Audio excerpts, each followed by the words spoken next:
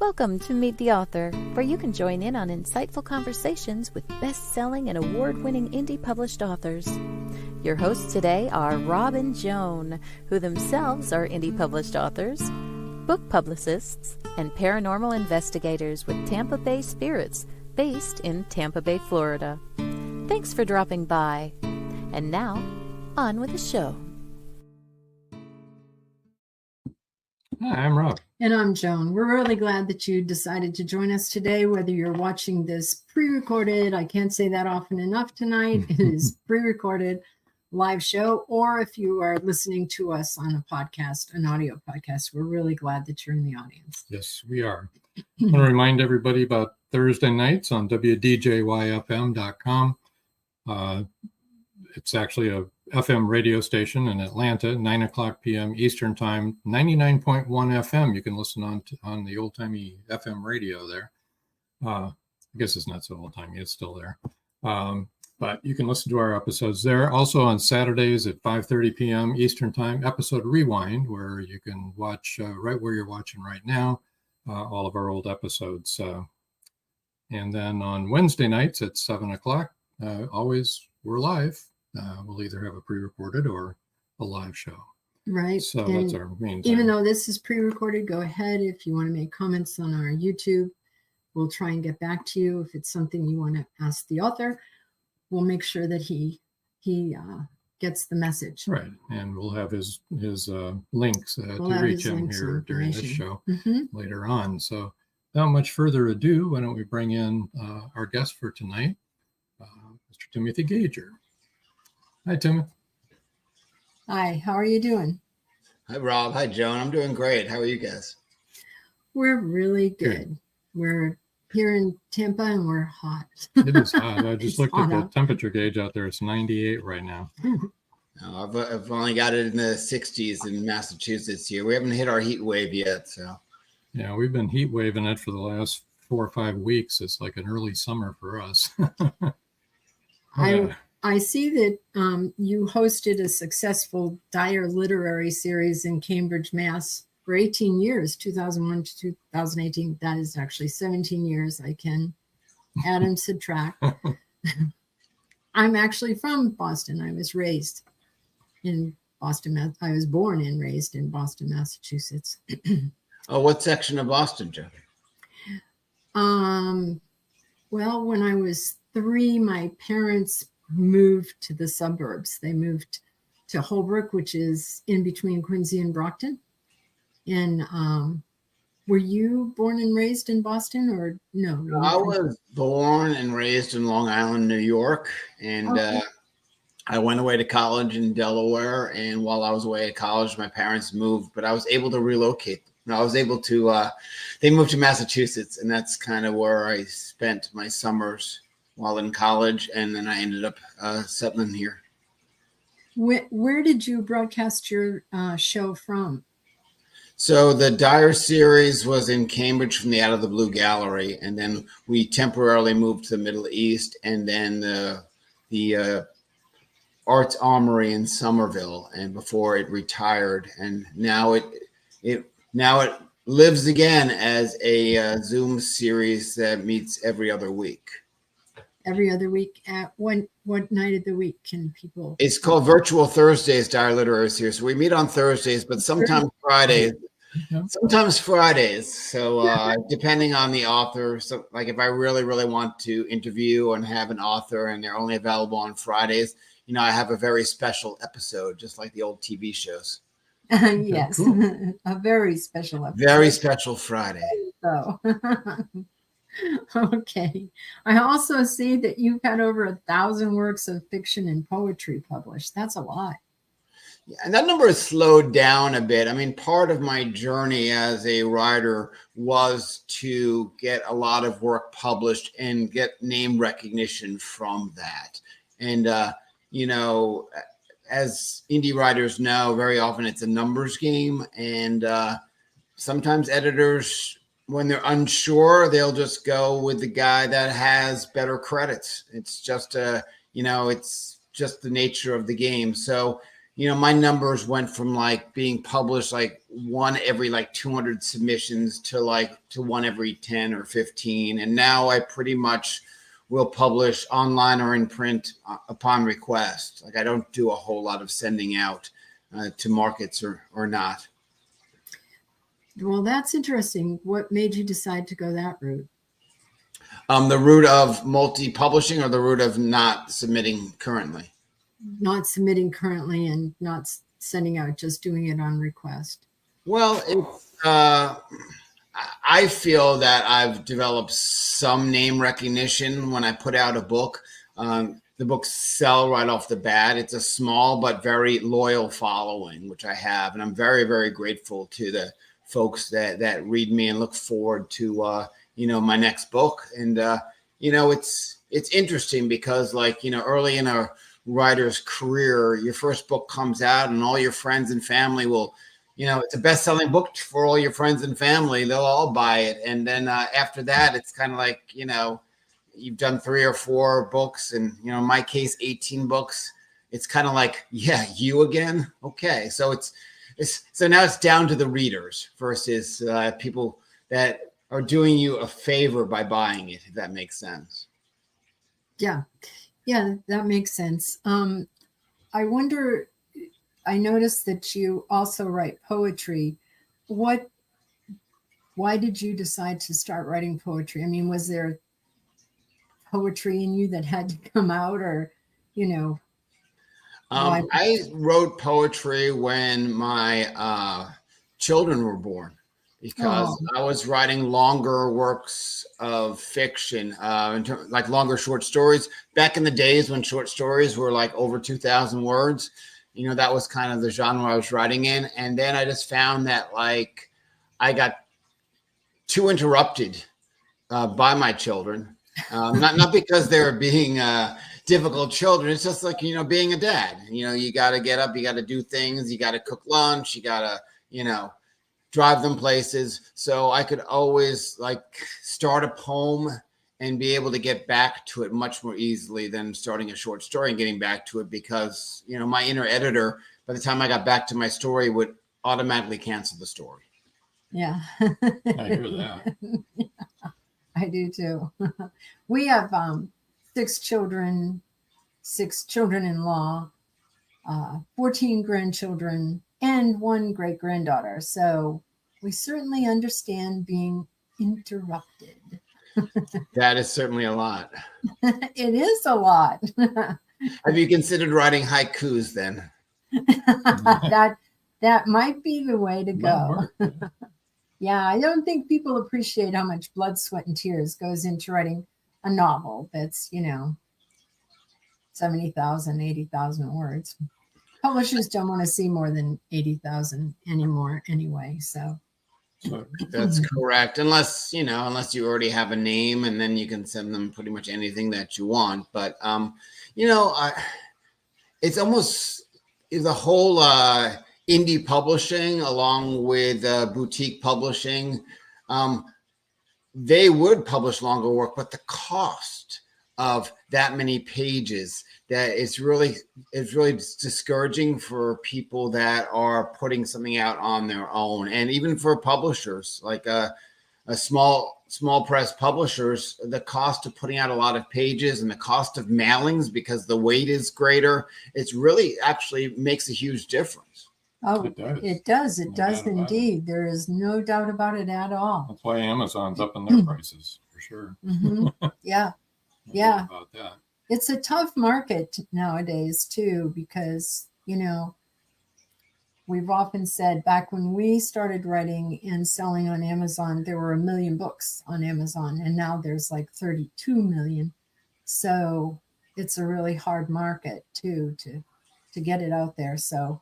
And also with Amazon started out just as a bookstore, and then now it sells everything. Like, if you've got toenail fungus, you can go to Amazon and get the medication. But should I get a book? Or you can also order from Trader Joe's, right? Yeah. Should I buy a book or Tofungan? I don't know. But what I find though is I've seen a big comeback from indie bookstores recently.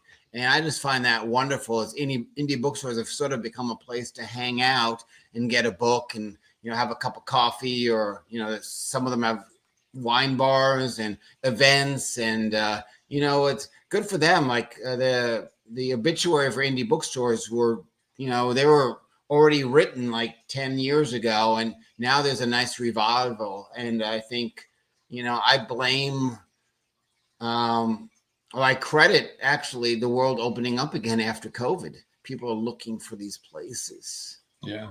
To hang out with live people and interact. Exactly. Right. And it's not like, that like 2020 seems long gone and long far away, but I think it definitely subconsciously affected people's psyches in terms of making those connections. Oh, it did. Terrific impact. It did. And I think it really hurt children. Yeah. It really hurt children a lot. And their relationships. Yes.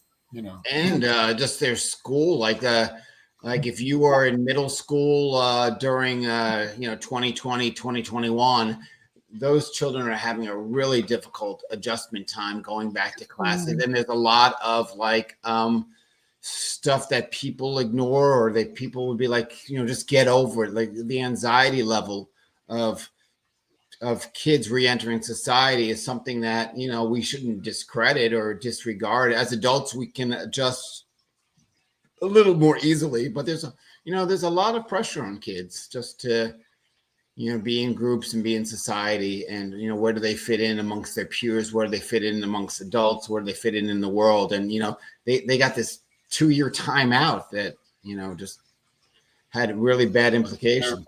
Right when they're trying to figure out who the heck they are and what the heck's going on, I know that, like I said, we have 14 grandchildren, and most of them are adults, or, late teenagers, almost adults. But we have 2 younger ones who are now 12 and 11 and 9. But when COVID struck, their parents would take them out to playgrounds, to play on swings and stuff like that. And they let them play on the monkey bars and whatever that little roundy thing is that you run and jump on and it twirls around. And there were these 2 other little children here. And I remember our daughter told us about this afterwards, and it just broke my heart.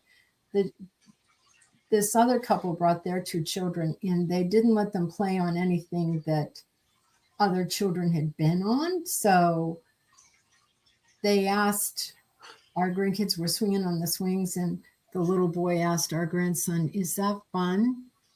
And he said, "Yeah, it's a lot of fun." And the little boy was only 4. And he said, "I've never been on a swing." Wow. And I was just like, holy moly, that breaks my heart to think that, And also, we as adults even had the fear of, the beginning of it all, just wiping down our groceries and like jumping into the shower after you were out in the world. And that for children must have been terrifying. To watch that From their happening. perspective, Yeah, I agree. Yeah. So it did. It kind of changed the world. We're really old, and I can remember in 1976, we went to San Francisco, and you were talking about now bookstores are coming back that have little coffee shops and stuff. Well, back then they were everywhere, right? Oh, yeah. And so we found this really neat little bookstore with a coffee shop. And I can remember we'd go in there every day and sit down and have a cup of coffee and look through the books and see what they had and sit and read. And you'd talk to people. And of course, in San Francisco, you met a lot of interesting people, a lot of artistic people. And it was really fun. So I'm glad to hear you said that that's coming back. I haven't noticed that in the Tampa area. Well, we're going to one tomorrow. Yeah, but I don't think it has a coffee shop. It's next. We're doing a book signing at a small independent bookstore called the Gilded Page. Yeah. Yeah, and it's really important too to get out there and do your signings too. People do want to meet you, and people will buy books if they're meeting you. Versus if you're doing a reading, you may not sell that many books because people are looking. For some reason, there was a shift that people will sit down and I want to be entertained and read to at an event and not necessarily feel obligated to buy the book, because of course they're not obligated to buy the book. But when you're doing a meet and greet or a signing, people are there to buy the book, which is much different than being there to be read to. Yeah. Right. That's true. And actually, that's why we started this podcast, was because we wanted people to get to know authors as a person. Right. Get to meet you and know what you're like. Which brings me to another question. Yeah, we have. Well, there should be a part 2 podcast of I don't want to know this guy anymore. Like, you know, like after you've met me for a little bit, like, well, they just pissed you off. I don't want to know you anymore. Put their finger. They can exit. They don't have to stay watching. They can go, enough of this. We actually had one person comment. We do that little 30-minute countdown before the show starts, which is the station has us do that. And this person commented, well, that's 30 seconds of my life I'll never get back. I won't watch the rest of the show. And I was like, okay. The whole reason we have that's there is because people are always late. And the station said you we have to start do the it. show early, right on time, and people are not going to get the whole show. They miss I know that person could have been at paint night for those 30 seconds. Yeah, exactly. It made me laugh. It really. Hold on, let me start a roast. Damn it, I gotta wait 30 seconds. I thought it was pretty funny. Well, you know what? People can take umbrage toward anything and make it into this great big. I mean, welcome to America 2024. Make it into this great big thing. When the bottom line is, you know what? Just let other people do their thing and be happy. I'm aren't you isn't there some sort of like feeling like when your loved ones are happy or people in your life are happy, like just to be able to extend that to the rest of the world would be really, really like something. Right. Well, you don't even have to label it. You don't have to label like into any title, whether it's race, gender, et cetera, et cetera. How about just happiness? Happiness is a good thing. Yeah, it is a good thing. I think that on social media, you get a skewed view of who people really are, because so many people feel comfortable to be really nasty on social media. They can hide. Yeah, nobody really knows who they are. But a friend of mine from Indiana called me today, and she was saying that they have a little like neighborhood thing where they talk about what's going on in the neighborhood, and whenever somebody has a need and they put it on there, she said the outcome, the people pouring out help for those people, she said, is amazing. It really makes you feel good. And I think maybe if we heard more of stories like that, we'd feel better. Yeah, and stories about that face to face is really important, because anything like that shows up on the internet, people think, oh, scam. I'm being scammed. People are asking for help or for money. And it's become really, really jaded and twisted. Right. Yeah. But when it's your neighborhood thing, then, more often than not, you know who those people are. Exactly. And you want to help them. Speaking of asking for money, it's time for our first commercial break. So our sponsors are going to ask for money. But anyway, hang on just a minute. Ask for money. Support your sponsor. There you go. Hang on just they support us. A couple of minutes and we'll be right back. Don't go away, folks. Yeah. It's every parent's worst nightmare. Police officer Madison Jackson awakes to discover her baby kidnapped from her crib. Was it revenge for someone she arrested, or something far more sinister? Madison's estranged husband is incarcerated in Supermax. As the second in command of a deadly Mexican cartel, did he issue the order to abduct their daughter? Bye, Baby, Bye, from author Kelly Marshall. Get your copy today.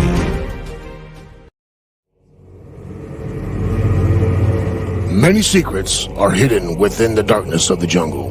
Now comes part 4 in the Jaguar series by retired Hollywood scriptwriter George Dismukes.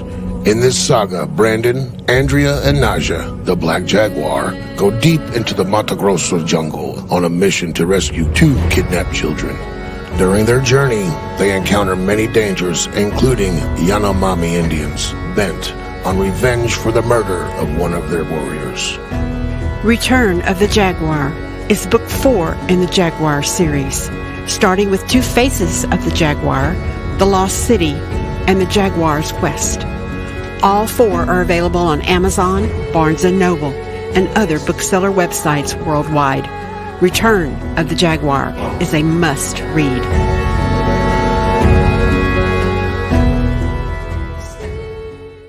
The clock is ticking. Can Gracie uncover the truth? Philip Pliant is the wealthy opportunist plastics dealer and CEO of Pliant Industries. He's also a master thief, creating a pervasive threat to the manufacturing infrastructure in the Caribbean islands markets. With the cartel as his stealth client, the naive city leaders have been seduced, enabling the production of more than 3-dimensional building materials. The expected profits are monstrous. Is the art group, now led by Gracie and the family heirs, strong enough to win against this predator? Can JJ's cats act on the root cause analysis in time? Will Gracie be able to squash Pliant and the cartels? Gracie never considered their lives would hang in the balance. The clock is ticking. 5, 4, 3.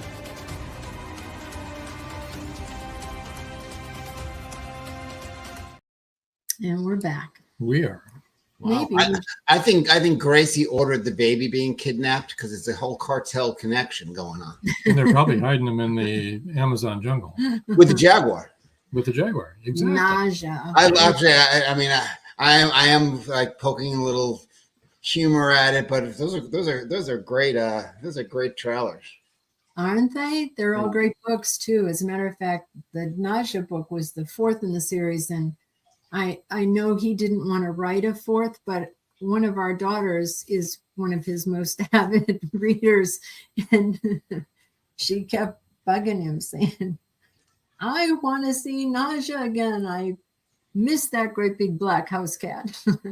That's when you know that you've done something right, when people miss your characters. I know when I finish a book, I miss my own characters. Yes. Right. Yes. And like, I have a regular editor, and I just have finished another novel manuscript, and like, she messaged me saying, I'm done with the editing process. I'm going to miss this book. And it's kind of like, okay, I've done something okay. Yeah, there you go. That's great. That is good. Yeah. Speaking of your books. Yes. Would you like to talk about Joe the Salamander? Joe the Salamander.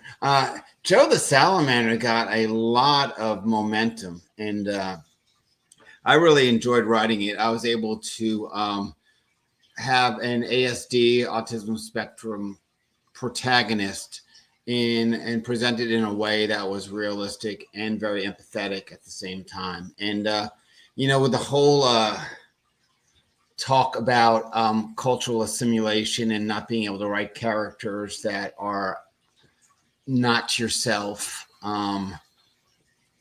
First of all, I made sure that the manuscript got in the hands of a parent or several parents of people that are on the spectrum. And I also sent the manuscript to people on the spectrum. And I said, look, I know there's some humor in this book. There's also some other things within this book that present, maybe a negative characteristic. Let me know if this works. Let me know if I'm in the right direction. Anything that doesn't work, let me know. And, they all said that I represented it very, very well, very respectfully, and in a very, Joe, the main character, is the hero of the story, but he's not an amazing hero. He's not like magical. He doesn't have magical powers, but he has, he is able to meet life on life's turn, exist, overcoming some challenges, and it's. I'm very, very. Personally, I'm very proud of that book. Do you do your own covers? I usually draw a little picture and they produce them. This one, the only thing I suggested is puzzle pieces. The whole Superman shadow that's on that book cover. That the book editor, the cover artist, did that, and I find that to be really, really interesting because Joe, the main character, has a little Superman obsession that started when he was a child. Yeah. Well, we have 3 grandchildren who are autistic, so we're well aware. And it has nothing to do with I remember as a kid myself, I used to pin towels around my shirt so that I would have my own cape. Superman was a big deal when I was a kid. And,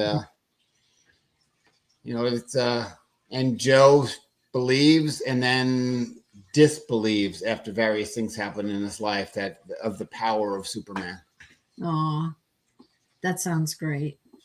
I like that. Sounds interesting. And I like autistic people. They're usually very bright. And sweet. And sweet. And, it's not easy. There's, if you imagine being bombarded by stimuli throughout your life that present in such ways that are interrupting various. One of our grandsons, his dad and mom and one of his brothers had gone to Colorado, and he's opted to stay home. He's 21. So it's not like he was a kid. This was last year. And a hurricane struck. And we were in Tennessee. We were in Tennessee. Yeah, we were doing an investigation in Tennessee. And the news started to him. There's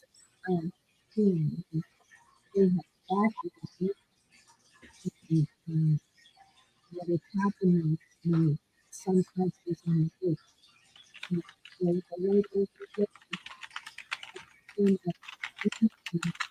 called his dad to let him know what was happening. He was on a dining room table.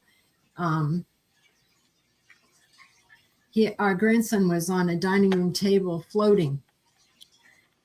And that's how high the water had gotten, and he didn't know what to do. But so he couldn't get on a plane, so that's why he didn't go, because he would rather have stayed home. And they face challenges like that, and then really being unable to gauge, okay, I should probably get some help sooner than when the dining room table is floating, the water is so deep in the house, right? Yeah.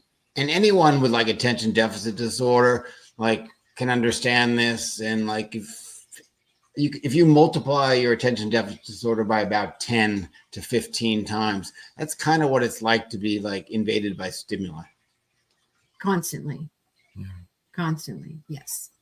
So it's not easy, and but I think there's a lot more understanding on it. I remember 25 years ago reading Temple Grandin's book and just being okay, now I understand why it was always viewed as behaviors, people are having behaviors, when in fact no, they're just trying to find comfort. Yeah, the more we talk about it, the more in the light it is, the more understanding there will be too. Yeah. So I when I was writing Joe the Salamander, people that have read it also have been this is going to shed some light toward people that don't really necessarily understand it. Mm-hmm. That's always a good thing. Oh yeah. Yeah, that's a really good thing. The more knowledge you can get out there and understanding, the better. Let's go on to this book, The Best of Timothy Gager. It's poems, essays, and stories written between 2002 and 2022. Yeah, this is, I'm just really humbled by this project. It was an idea of my publisher for years. I've many of my books were published by Big Table Publications, and that's Robin Stratton. And, she did a best of for Doug Holder, a poet here in Massachusetts. And then, she said, why don't you do a best of? And, I had to she picked out some various work within those 20 years. And then I had my say. Like I said, not this one, how about this one? And we went back and forth and developed it. And then I said, you know what? While we were doing this, I have written some new flash fictions and poetry. Can I add to the manuscript as, so it'll be like a totally like new section, totally new book. And so the beginning of Best of has about 150 pages of new material, which is really nice. And it's so hard when you work with a publisher that they actually listen to your suggestions and, 100%. And that's why I love working with Robin, because like I'll listen to Robin's suggestions and she'll listen to mine. And it really feels like a partnership versus, something that's constricting. And so the Best of came out a year ago.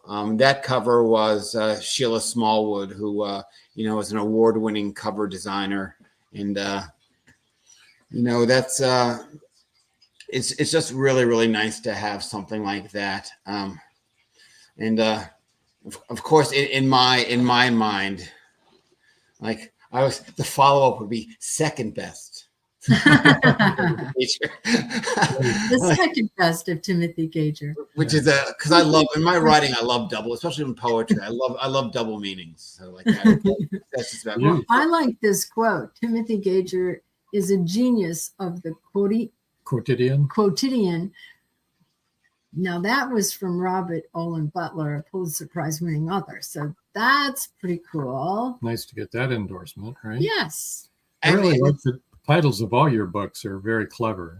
Yeah. And part of, making contacts is so important, not just for sales. Like, like if I make contacts of like 5,000 new people, some of them will buy the book, just making contacts in the author community and in the writing community. So like, in general, big name authors will just say no to a blurb, not because they don't want a blurb, it's just they don't have time with the number of people. So the contacts that I've made in my life, I'm able to approach people and get really nice and generous blurbs from them.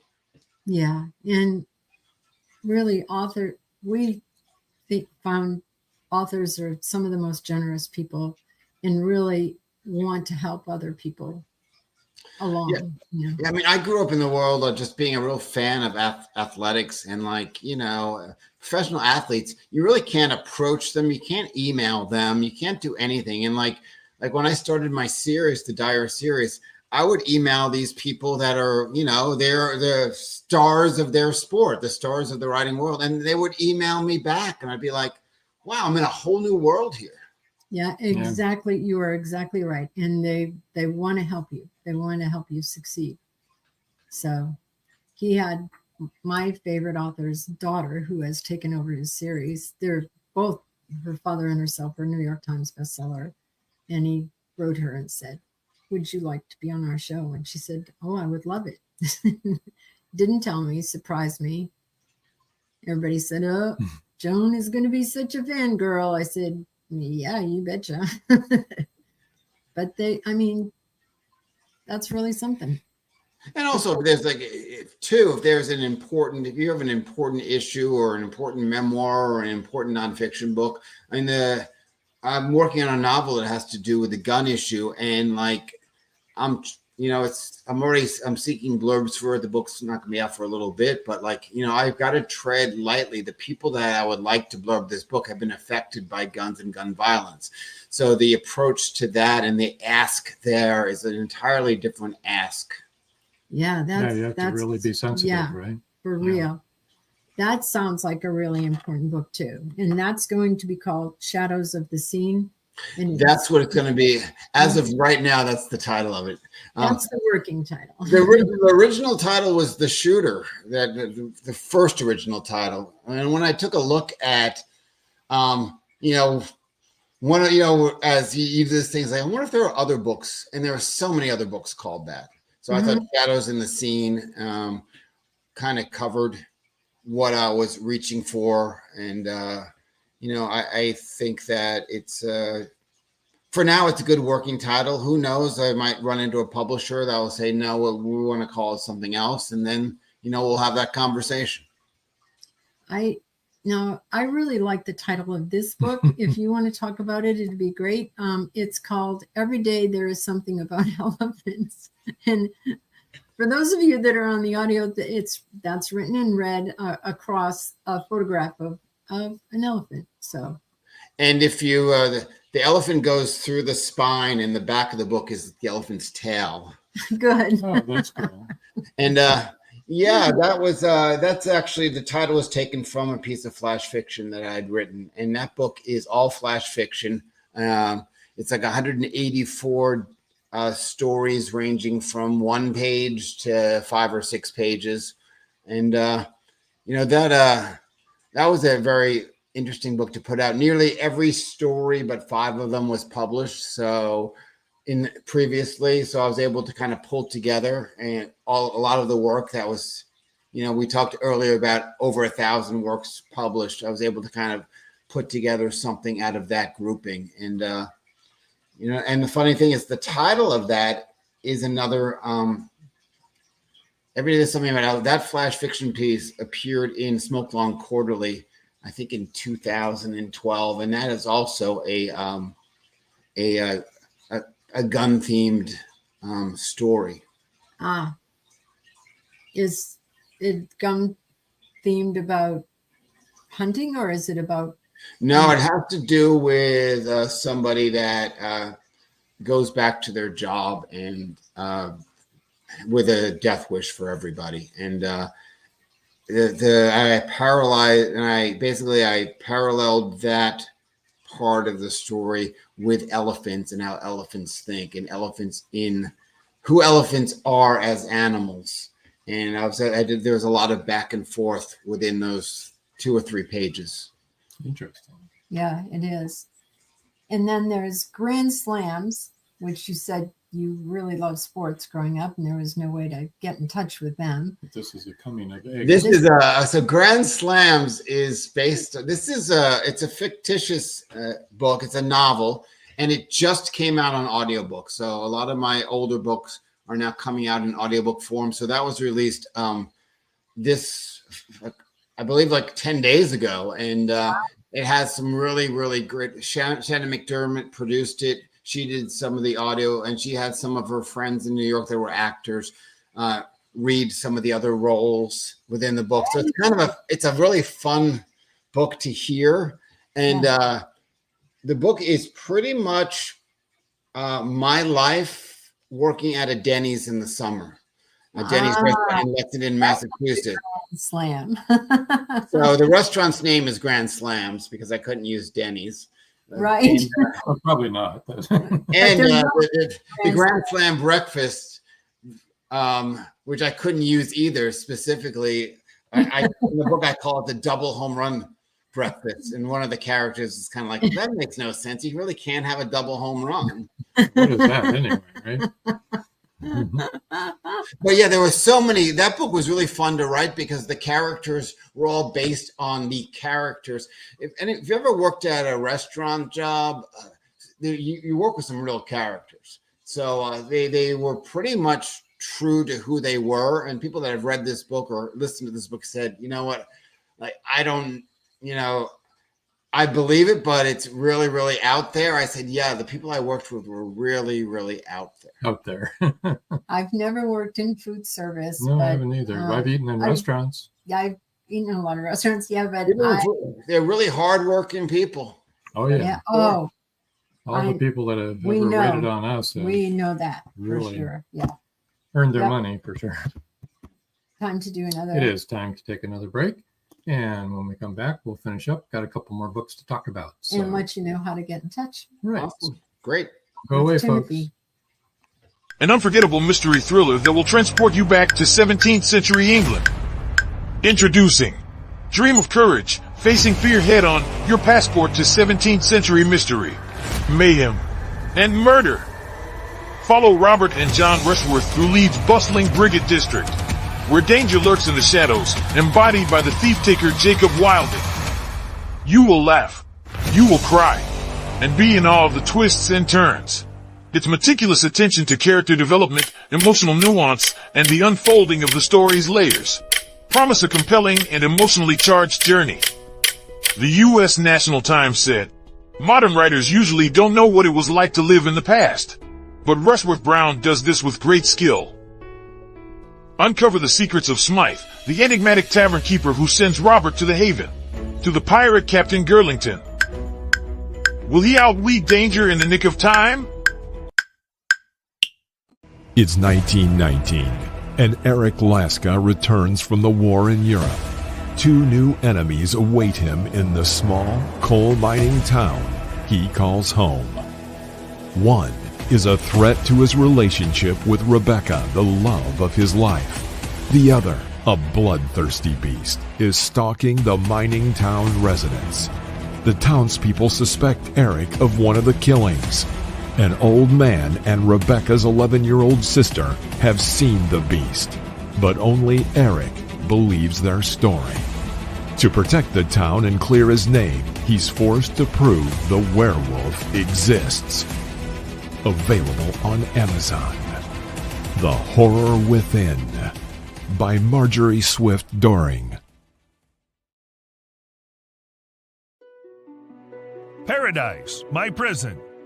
Charlie Flint awakens from a deep sleep and finds himself alone on a tropical beach surrounded by a palm tree jungle and exotic animals. He cannot remember who he is or anything about his life.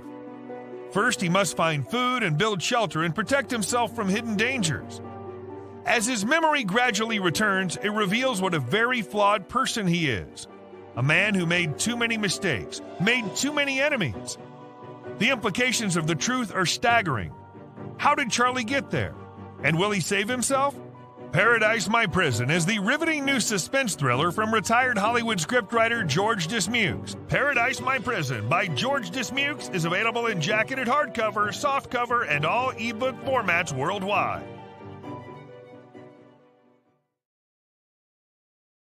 And we're back.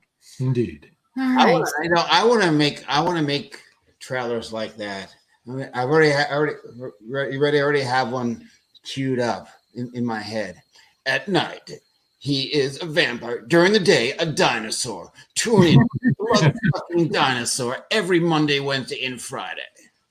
Hey, I want to read that one. You should write that book and then do the trailer. Maybe it is one of. Is that one of your books already? Dinopire. That's funny. All right. If you want to get in touch with this person, you may not want to.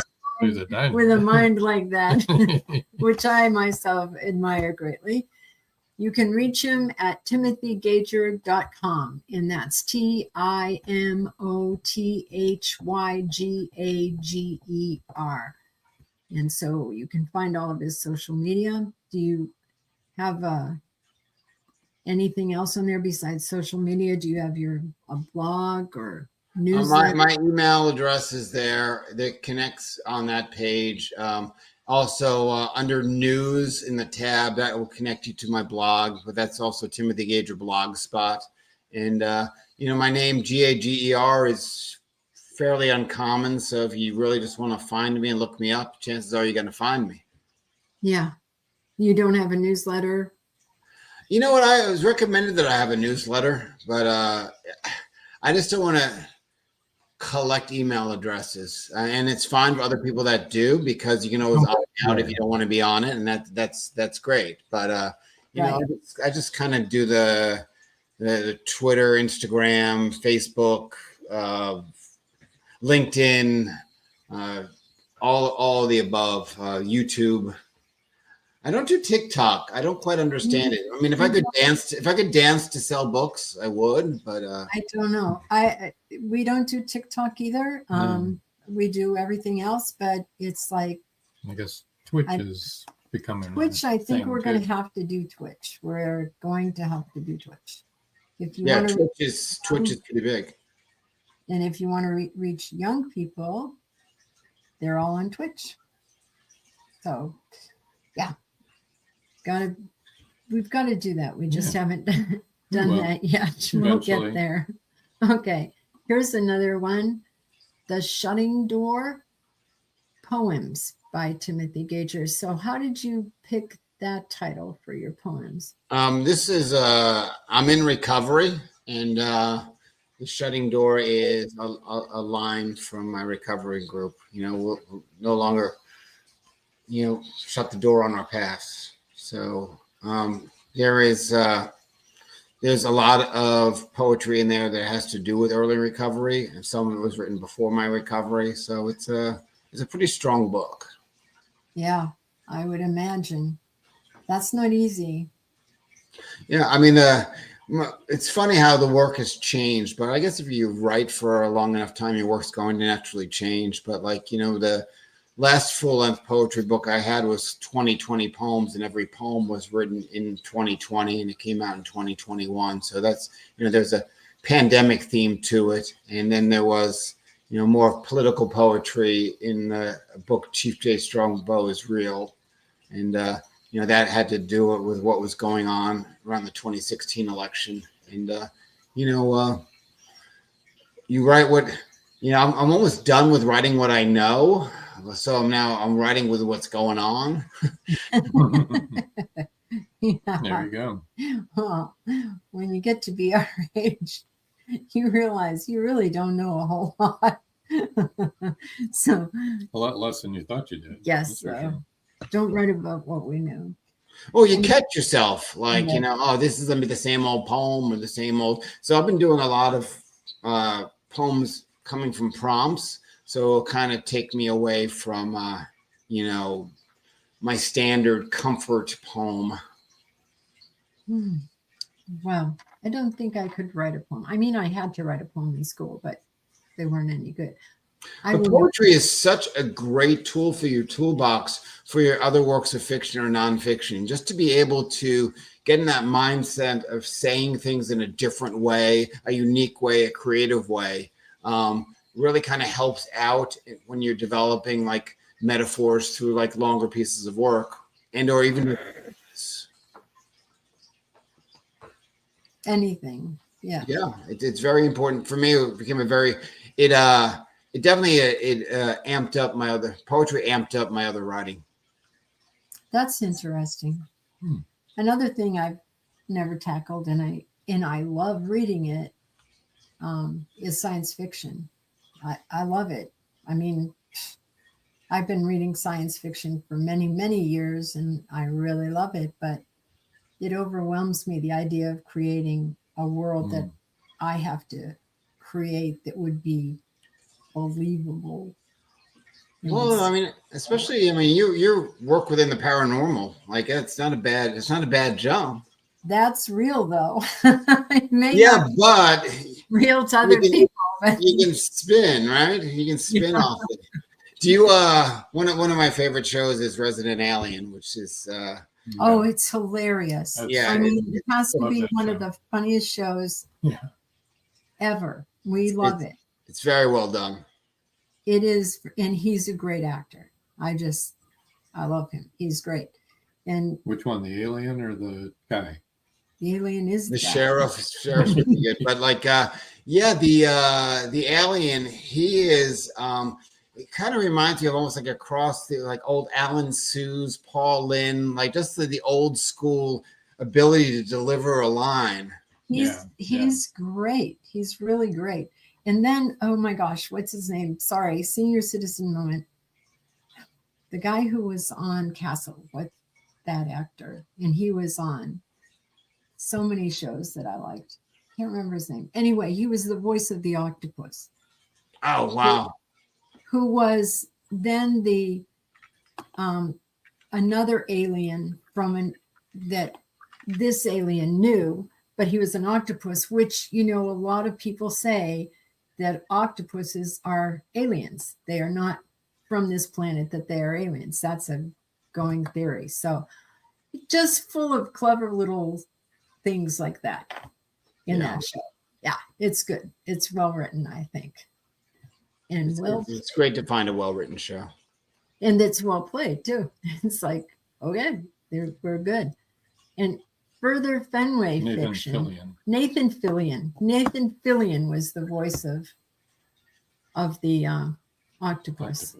And that when I heard his voice, I was oh my gosh, that's hilarious that they got him to do that. Further Fenway fiction. You want to tell us a little bit about that? This one isn't my book, but it is. I appear in it. It is Adam Patcher was the editor, and he put together a bunch of people that wrote fictitious stories about the Red Sox in Fenway Park. So I contributed to it. Well, you live near Fenway.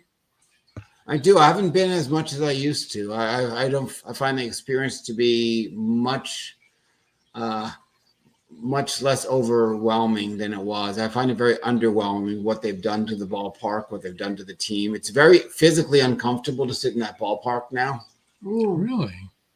Yeah, the seats are about as close together as Spirit Airlines. Like my gosh. So sitting, and like I wasn't even in the cheap seats, just sitting there. I mean, I'm tall. I'm 6'2", so it was not a really comfortable experience. Right. Even though Rob's a retired air traffic controller, we never fly anywhere because of that. Well, amongst other things. I know too many stories. We know too much, but also don't like those uncomfortable seats at all. And your knees being in your chin, and then the person in front of you deciding to lay back. And just like anything else in society, try to milk as much money as you can and not really think about humanity. Exactly. That's so true. Very true. I have to ask you a question before we have to end the show, because I know our audience and I know they want to know this. And I hope you know these terms because we didn't talk to you about it beforehand. Do you know what the difference is between a pantser and a plotter in writing? Ever heard those terms? Pantser and plotter? Yeah. One lays out everything by form and by script and plots it all out and fills it in. And a pantser just kind of flies by the seat from the head. Yep. Would you be a pantser or a plotter, or like a hybrid of the two? I'd say a hybrid. If I'm working on a novel, I generally think of theme. I'm generally starting as a pantser, but when I'm about a quarter or halfway through the first rough draft, I'd better know how it's going to end so I can head in that direction. So I will plot toward that. I'll also kind of plot based on sections and points of view in advance. Like for Shadows in the Seam, I was like 3 main characters. Do I want separate sections? Do I want to go back and forth? But in terms of the plot and the arc and the narrative, very often it's going to present itself. And then after the fact, after I think I'm done or I'm in the middle of it, I need to beef up a certain area or something strikes me and I need to go back and fill in that. Yeah, I will do that. So I would say the beginning of the project, I'm 80% pantser, and by the end of it, I'm 100% plotted. It's funny, the last book that we wrote, we usually know where we want to start and where we want to end. You know, what we kind of know where we're going. But then that changes when we write, you know, all the time, because the characters seem to have a mind of their own and exactly go this way. And the last book that we wrote, I had just finished writing a part, and he was busy writing another part. We were sitting at separate tables, and I said to him, listen to this and tell me what you think about this. And he said, I think you just wrote the end of the story. And we had wanted to write another like 15,000 words. Mm-hmm. And we were like, you know what? I think that is the end of the story. And so that is how we ended the story. And then we did an epilogue to tie up all the loose ends that we planned on writing about. Yeah, I mean, the fact was there, you know, that's like boom, done. And you have to allow that. You have to allow the book to kind of have a mind of its own, because then you're going to stifle something. Like in Shadows in the Seam, one of my characters died, and I didn't plan on having them die, but they died. And then I planned on it being a random act, but then it turned out to be in the hands of another one of the characters because it just makes more sense that way. And that was totally unplanned. Yeah. It's really interesting to me how real our characters can be to us, the writer, right? That's definitely. You know them and they're real, and you know the way they think. It's really it's an intimate thing. Yeah, and you end up, when the book ends, you end up missing them when you're done writing it. And then, my thought process is always like, God, I'm going to miss these guys. Oh, I can write a sequel. Then no, I'm not going to write a sequel. But that's sort of the way my mind goes. Well, it looks like we're out of time. Oh my goodness. Oh, that's goodbye. Yeah. Thanks, guys. Thank you very much for joining us. This has really been fun. Your books look fascinating. Yeah. And go to his website, check it all out. To check them out for sure. Buy some of his books. Leave a review, please. Por favor. Please review. I'm going to move you over to the side if I can figure out how to push you over there. There you go. I did. Oh, sorry. Forgot. Sorry. Anyway, I want to remind everybody, Thursday nights, WDJYFM.com. Go there to listen to our show, Thursday night, 9 o'clock Eastern time. Or you can tune it up on the radio dial, 99.1 FM Atlanta. Saturday nights at 5:30 p.m. Eastern time, right here where you're watching right now. You can watch episode rewinds. And next Wednesday at 7 o'clock p.m. Eastern time, Meet the Author podcast is the main. And I meant to keep repeating this during the show, but the conversation was so interesting to me that I forgot. This is a pre-recorded show. So if you've been commenting, I did only mention it once. If the banner you've been commenting, they don't read that. Oh, that's they true. Seldom read that. If you've been commenting and Timothy hasn't responded or we haven't responded, it's because this is a pre-recorded show. And come back next week because we really do care. Yes. Show up at my house. But you can definitely leave comments on the YouTube and we'll make sure that Timothy gets them. You betcha. Okay, so I guess until next time. That's all, folks. See ya.